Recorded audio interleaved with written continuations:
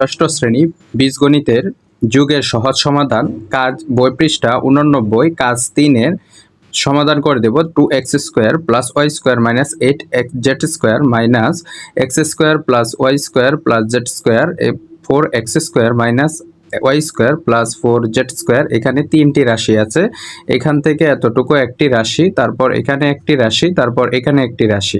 বন্ধুরা এগুলো পরপর ধারাবাহিকভাবে সাজিয়ে লিখতে হবে সমাধান। তাহলে আমরা লিখব 2x² plus 2y² minus 8z²। এখানে আছে মাইনাস x², তাহলে মাইনাস x² এর নিচে x² লিখব, তারপর প্লাস স্কোয়ার প্লাস z²।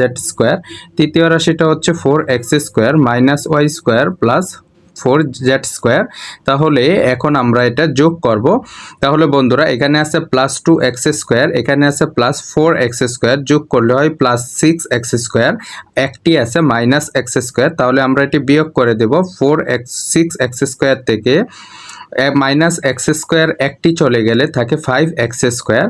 এখানে আছে বন্ধুরা y² প্লাস আবার আছে y² প্লাস, তাহলে এই দুটি যদি যোগ করি তাহলে হবে 2y²। এখানে আছে মাইনাস y², 2y² থেকে মাইনাস 1y² চলে গেলে থাকে শুধু y²। বন্ধুরা এখানে আছে 8z² plus z² plus 4z²। তাহলে এই দুটি যোগ চিহ্নযুক্ত সংখ্যা আমরা যোগ করে নিব। 4z² যোগ করে নিলে হয় 5z²। তো 5z² থেকে মাইনাস 8z² বাদ দিয়ে দিতে হবে, এখানে মাইনাসের সংখ্যা বেশি, তাহলে হবে মাইনাস 3z²।